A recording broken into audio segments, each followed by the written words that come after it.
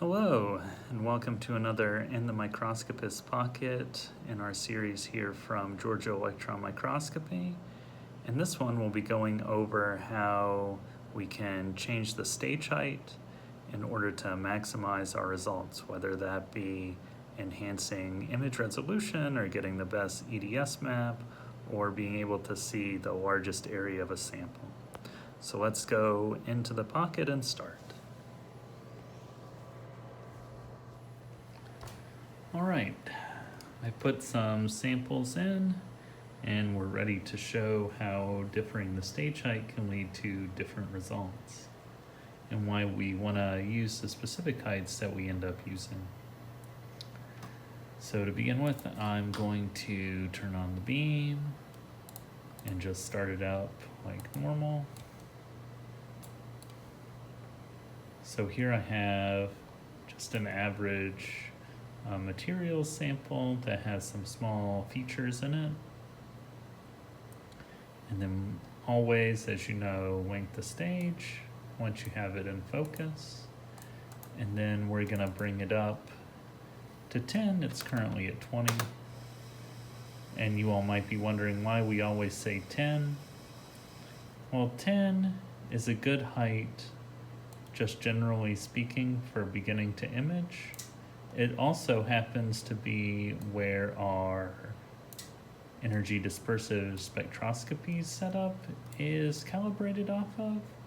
So if you want to have EDS with high counts, you have to be at 10. Otherwise, you'll really start to eat into the number of X-rays that can get to the detector.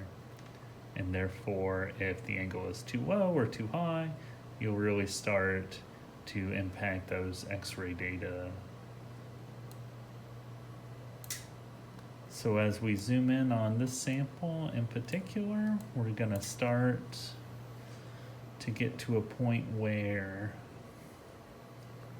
even for me, focusing is not going to be great. And so how can we overcome that? Well, one way to do that is to go up a little bit closer to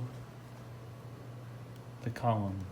So we're gonna go from 10 to 8.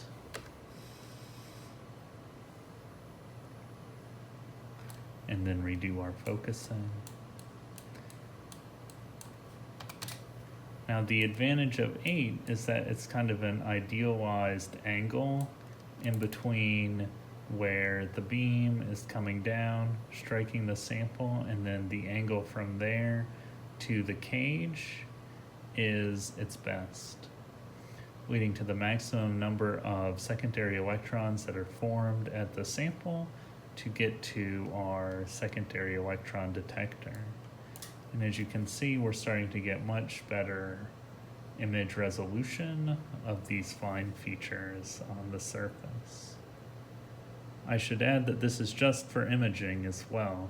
Because we're at 8, anything having to do with collecting an EDS spectra is not really feasible. Again, because we are now far too close for those X-rays to be able to escape up to our detector.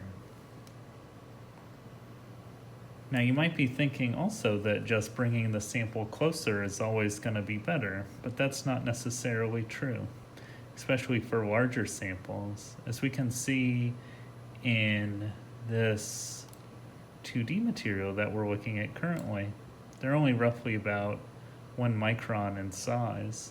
However, if you want to take an image of something that's many microns in area, we wouldn't be able to get that even fully zoomed out into one view screen, as can be seen by this biological material that we're moving to, which is a tongue.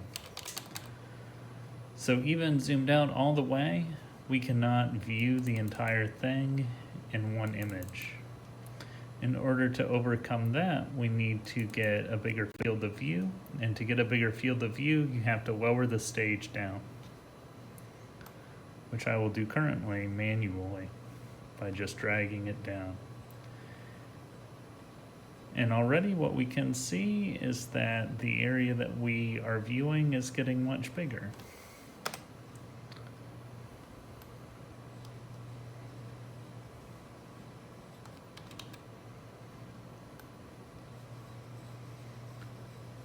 And eventually we'll be able to view the entire tongue in one micrograph that we'll be taking.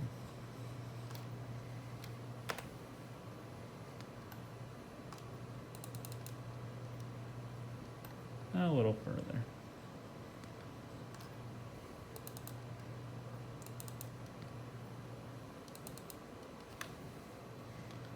So now we can see the entire thing and all the areas of interest in one go.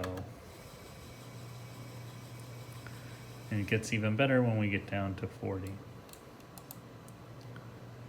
So depending upon what kind of information you're seeking, whether that be seeing the entirety of a large area object, kind of like this tongue that we're viewing currently, or we're trying to get EDS data, or we're just imaging for high resolution images, we can adjust the height of the stage in order to maximize the results. Thanks for joining me for this in the Microscopist Pocket, which is brought to you from Georgia Electron Microscopy at the University of Georgia.